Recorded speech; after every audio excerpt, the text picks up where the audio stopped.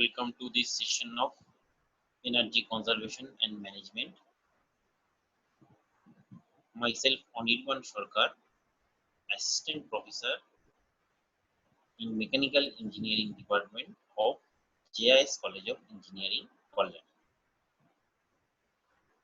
Today we are going to be discussed further about the industrial energy conservations and how to save energy from the various devices or equipments. So today, first of all, we will discuss about that pumps. So the best way we can optimize the energy efficiently, we can use the pump, that is operating pumps near best efficiency points. Modify pumping to minimize throttling. Adapt to wide load variation and variable speed drives or sequenced control of smaller units. Stop running both pumps. Add an auto start for an online spare or add a booster pump in the problem area. Use booster pumps for small loads requiring higher pressure. Increase fluid temperature differentials to reduce pump rates. Repair seals and packings to minimize water waste. Balance the system to minimize flow and reduce pump power requirement. Use siphon effect to advantage. Don't waste pumping head with a free fall rate. Next is compressor. Compressor is a very useful devices used in industrial.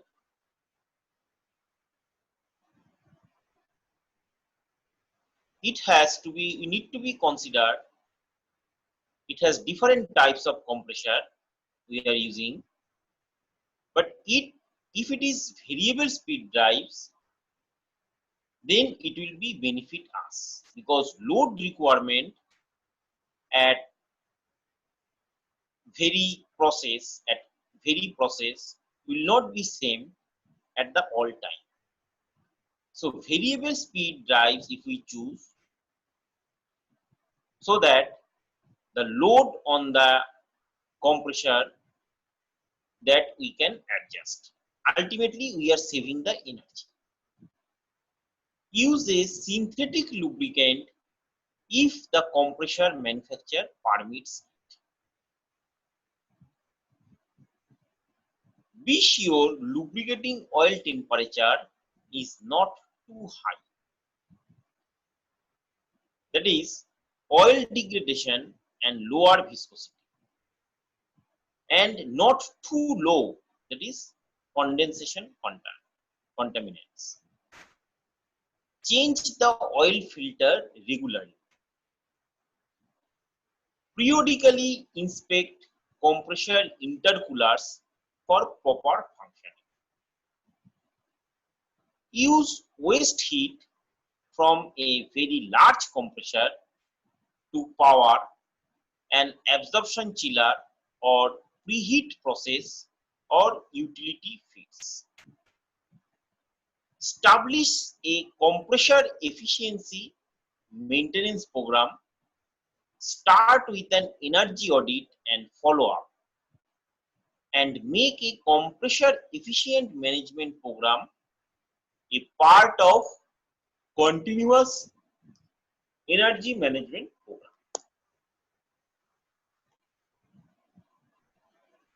Next is compressed air. Installing a control system to coordinate multiple air compression. Study part load characteristics and cycling cost to determine the most efficient mode for operating multiple air compressors. Avoid oversizing, match the connected load. Load up modulation controlled air compressor because they use almost as much power as partial load as a full load. Turn off the backup air compressor until it is needed. Reduce air compressor discharge pressure to the lowest acceptable settings. That is reduction of 1 kg per centimeter square air pressure with comparison to 8 kg per centimeter square to 7 kg per centimeter square would result 9% input power saving. This will also reduce compressed air leakage rates by 10%. Use the highest reasonable dryer's dew point setting. Turn off refrigerated and heated air dryer when the air compressors are off. Use a control system to minimize heatless desistant dryer purge. Minimize purge, leak, excessive pressure drops and condensation accumulation.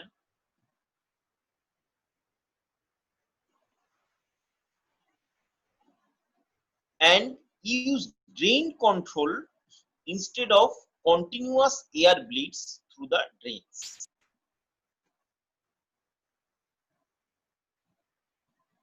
Consider engine driven or steam driven air compressor to reduce electrical damage changes. Replace standard V-belt with high efficiency flat belt as the old V-belt wear out. Use a small air compressor when major production load is off. Take air compressor intake air from the coolest location because every 50° centigrade reduction in intake air temperature, every 5° reduction in intake air temperature would result 1% reduction in compressor power consumption. But it is to be noticed that compressed intake air will not come from the air conditioned location. Use an air cooled after cooler to heat building makeup air in winter. Be sure that heat exchangers are not fouled. Be sure that the air and oil separators are not fouled. Monitor pressure drops across suction and discharge filters and clean or replace filters promptly upon alarm. Use a properly sized compressor air storage receiver. Minimize disposal cost by using lubricant that is fully diffusible and an effective oil water separator.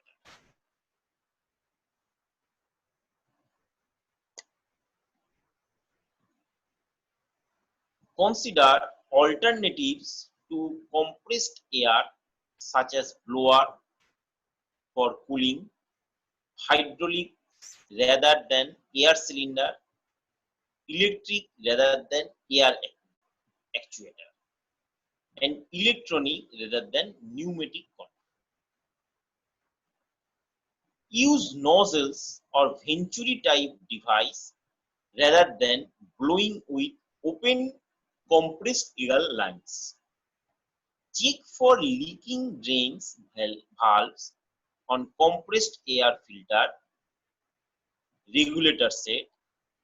Certain rubber type valves may leak continuously after they age and crack. In dusty environments, control packaging lines with high intensity photocell units instead of standard units with continuous air purging of lens and reflectors. Establish a compressor air efficiency maintenance program. Start with an energy audit and follow up, and then make a compressed air efficiency maintenance program a part of your continuous energy management.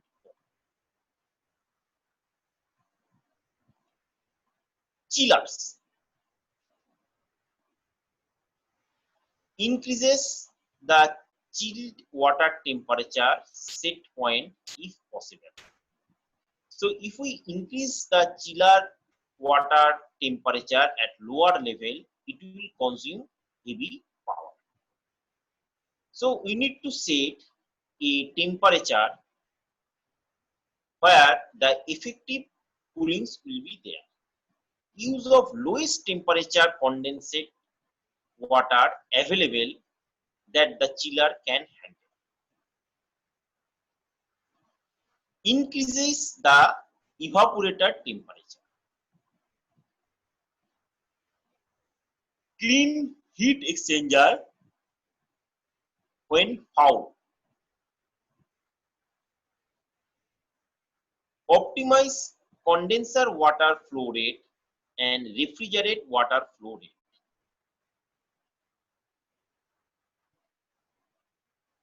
Replace old chillers or compressor with new higher efficiency models. And use water cooled rather than air cooled chiller. Use energy efficient motor for continuous or near continuous operations. Specify appropriate fouling factors for condenser.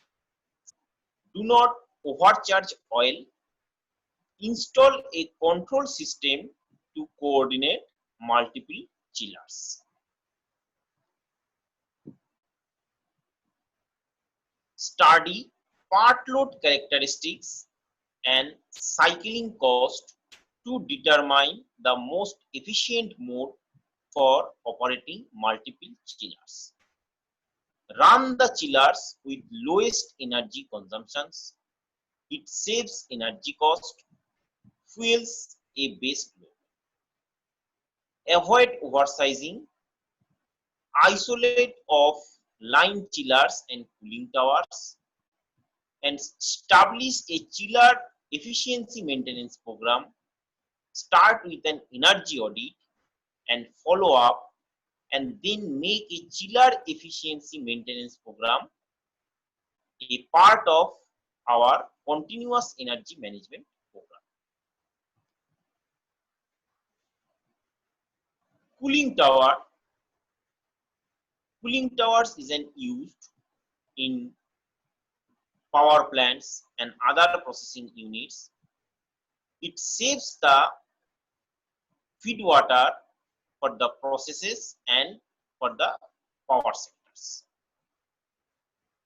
Cooling towers, some tips for energy conservations. Control cooling tower fan based on living water temperature. Control to the optimum water temperature as determined from cooling tower and chiller performance data. Use two-speed or variable speed drives for cooling tower fan control if the fans are new. If the fans stage the cooling tower fans with on-off control if they are many. Turn off unnecessary cooling tower fans when loads are reduced. Cover hot water basin to minimize algae growth that contributes to fouling. Balance flow to cooling tower hot water basin. Periodically clean plugged cooling tower water distribution nozzle. Install new nozzle to obtain a more uniform water pattern. Replace splash bar with self-extinguishing PVC cellular film fill. On old contour foul cooling tower, replace old spray type nozzle with new square spray type of ABS partially non-clogged nozzle. Replace slat type drift eliminator with high efficiency, low cost drop. Self-extinguishing PVC cellular units. If possible, follow manufacturer recommendation clearance around cooling towers and relocate or modify structure signs and fans, dumpsters, etc. that interfere with air intake or exhaust. Optimize cooling tower fan blades angle on a seasonal or load basis.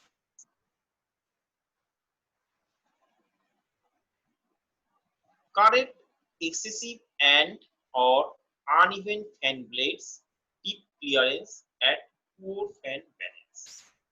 Use a velocity pressure recovery fan ring.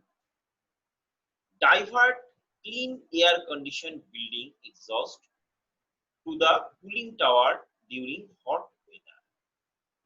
Reline leaking cooling tower cold weather basis.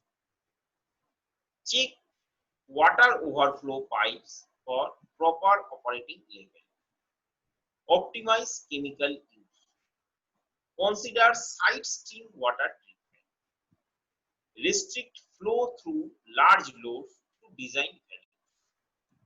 Shut off loads that are not in service. Take blow down water from the return water headers and optimize blow down flow rate. Automate blow down to minimize it. Send blow down to other use. Implement a cooling tower winterization plan to minimize ice buildup. Install interlocks to prevent fan operation when there are no water flow. Establish a cooling tower efficiency maintenance program.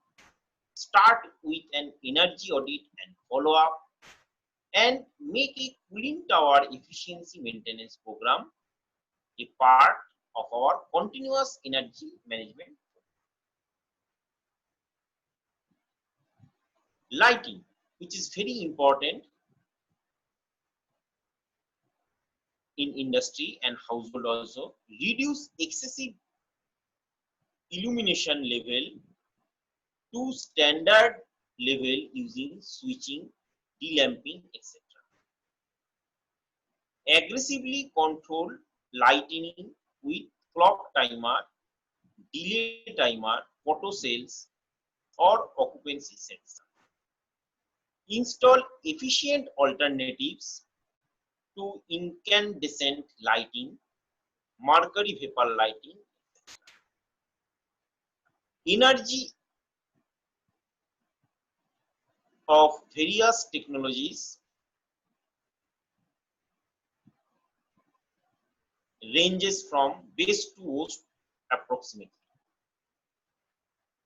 Select ballast and lamp carefully with high power and long-term efficiency in mind.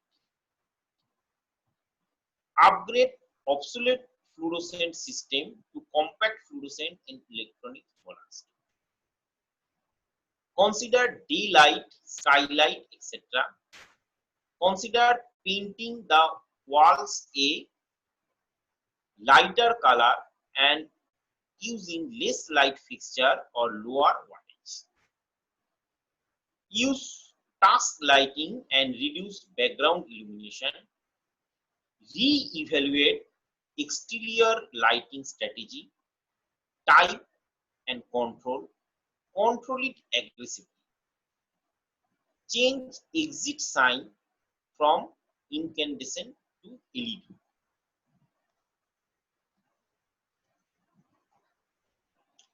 DG set, that is diesel generator set. It is a backbone of the industry. In case of power cuts, the DG sets should be run at effectively. Now the few tips for DG set for energy conservation purpose: optimizing loading, use waste heat to generate steam, hot water, power and absorption chiller or preheat process or utility feeds. Use jackets and head cooling water for process needs. Clear air filters regularly. Insulate exhaust pipes to reduce DG set room temperature. Use cheaper heavy fuel oil for capacities more than 1 megawatt. Water and wastewater. So how to save the energy from water and wastewater? We need to recycle water, particularly for the use with less critically quantity requirement. Recycle water, especially if sewage costs are based on water consumption. Balance closed system to minimize flows and reduce pump power requirement. Eliminate once-through cooling with water. Use least expensive type of water that will satisfy the requirement. We need to fix the water leaks. Text for underground water leaks. Check water overflow pipes for proper operating level. Automatic blow down to minimize it. Provide proper tools to wash down. Install efficient irrigation. Reduce flow at water sampling station. Eliminate continuous overflow at water tanks. Promptly repair leaking toilets and fluids. Use water restriction on showers, etc. Flushes, etc. Flushes and shower, etc. Use self-closing type of flushes in the restroom. Use the lowest possible hot water temperature. Do not use a central heating system, hot water boiler to provide service hot water during the cooling session. Instead, install a smaller, more efficient system for the cooling session service.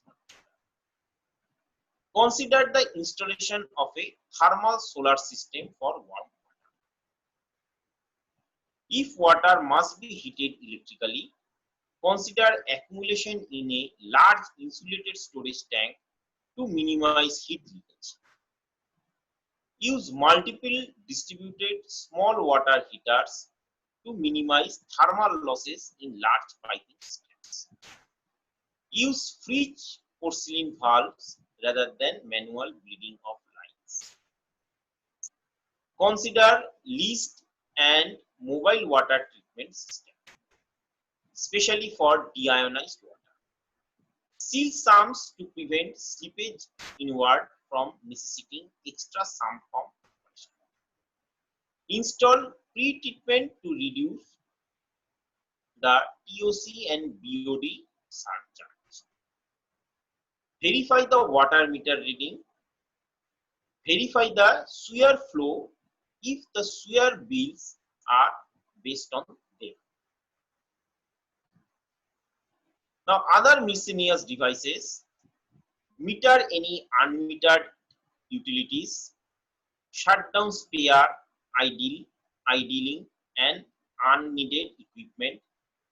Make sure that the utilities to redundant areas are turned off, including it includes compressed air and cooling water. Install automatic control to efficiently coordinate multiple air compression, chillers, cooling tower, cell, boiler, etc. Renegotiate utilities contract to reflect current loads and variations. Consider buying utilities from neighbors, particularly to handle this. Leased space often has low bid, inefficient equipment. Consider upgraded if we want to lease with continuous for several more years. Adjust fluid temperature within acceptable limits to minimize undesirable heat transfer in long pipeline. Minimize the use of flow bypasses and minimize bypass flows. Provide restriction orifice and plunge. Eliminate unnecessary flow measuring orifice. Considering alternative to high pressure drop across valves, and turn off winter heat tracing, that is on summer. So these are the few energy saving tips for various industrial equipments. Thanking you for joining this session.